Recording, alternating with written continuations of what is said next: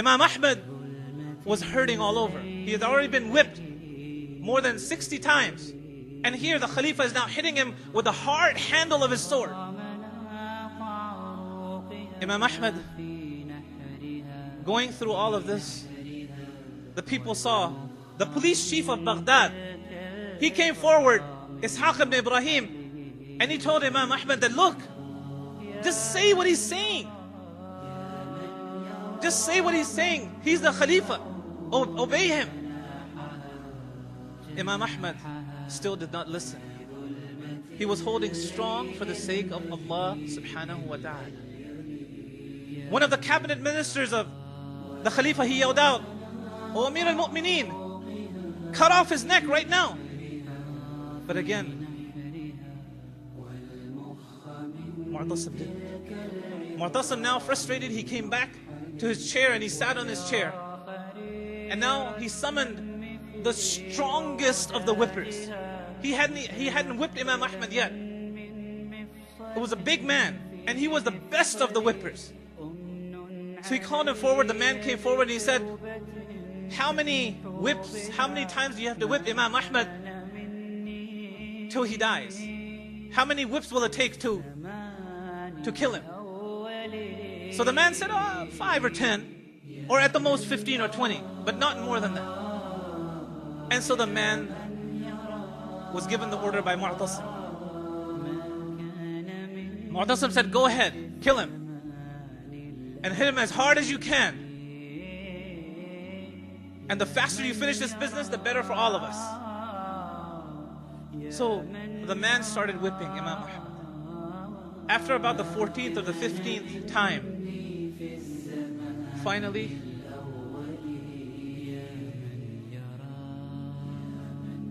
the pure blood of Imam Ahmad gushed forth from his shoulders and fell to the ground.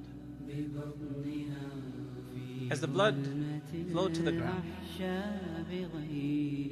the whipper kept on hitting Imam Ahmad. The people were aghast to see the patience of this great scholar, to stay on the haqq, to stay on the truth. They admired his courage. Rahimahullah. They couldn't believe what they were seeing. To such a degree that the police chief of Baghdad at that time, Ishaq ibn Ibrahim, he said, Ya Amir al-Mu'mineen, innahu insanun da'if al-jism. He said, Oh Amir al-Mu'mineen, look, this is just a man. He's weak in his body. Because Imam Ahmad was bearing all this whipping despite his weak body. He said, this is just a weak man. Let him go.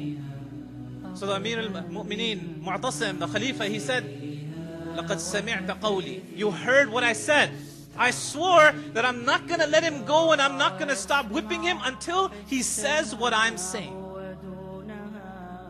So Ishaq ibn Ibrahim, the police chief of Baghdad, he came up with a plan. He asked the Khalifa, he said, can I just have permission to talk to him just for a second? So the Khalifa said yes. And so Ishaq ibn Ibrahim went to Imam Ahmad. And Imam Ahmad at this point was delirious. He did not know what was going on around him because he was beaten so silly. And his body was on fire from the whips. He was aching all over. So Ishaq ibn Ibrahim, he went to Imam Ahmad and he began whispering in his ears and he said, Ya Aba Abdullah. It was one of the names of Imam Ahmad was Abu Abdullah. So he said, Ya Aba Abdullah, oh Abu Abdullah, لَقَدْ تَابَ أَمِيرُ الْمُؤْمِنِينَ عَنْ مَقَالَتِهِ وَهُوَ يَقُولُ لَا إِلَهَ إِلَّا اللَّهِ. The Amir al-Mu'mineen, he whispered in his ears. Nobody else could hear except Imam Ahmad. He said that Amir al-Mu'mineen has gone back on what he was saying about the fact that the Quran was created. He was lying to Imam Ahmad. He said that the Amir al-Mu'mineen has repented from what he has been saying. And what he is saying is La ilaha illallah. Imam Ahmad, he only heard the last part. And so Imam Ahmad responded and said, with a lot of exhaustion in his voice, he said, Kalimatul Ikhlas. Wa ana aqul La ilaha illallah. He said, this is the statement of sincerity. devotion to Allah. And I also say, La ilaha illallah. When Ishaq ibn Ibrahim, the police chief of Baghdad, heard this, he yelled out immediately. He said, Ya Amir al-Mu'mineen, laqad qala kama taqul. Oh Amir al-Mu'mineen, look, he said exactly what you're saying. So Mu'tasim thought that, oh, Imam Ahmad had now gone easy, and he had finally relented. So everyone who had stood up and was watching this entire thing within the palace, they all, the people's voices got really loud because people couldn't believe that Imam Ahmad had now relented and had said what the Khalifa wanted him to say. The Khalifa couldn't believe it. And so as people began, as the voices got louder and louder outside, the masses of the Muslims who had crowded out outside, they were also very amazed, and they thought something had happened to Imam Ahmad, and so they also began to make a lot of noise outside. So the Khalifa, he heard the noise outside, so he sent some of his messengers to his balconies and to see what's going, to look down and see what's going on outside. And so the messengers, they came back to Mu'tasim and they said, look, there's pandemonium outside. The people are swearing that they're going to kill you. And we're warning you that we feel that you should send Imam Ahmad in front of them so the people calm down. So the Khalifa Mu'tasim, he became very afraid. And he told the people, Albisu, put his clothes back on and take him out there in front of the people. So they took him out in front of the people, and the people calmed down. And the people, they began saying, Ma qulta ya Aba Abdullah hatta naqul. Oh Abu Abdullah, talk to Imam Ahmad. Oh Imam Ahmad, what did you say so we can say the same thing? Imam Ahmad waited till the whole crowd outside, there were thousands of people outside. He waited till everybody quieted down.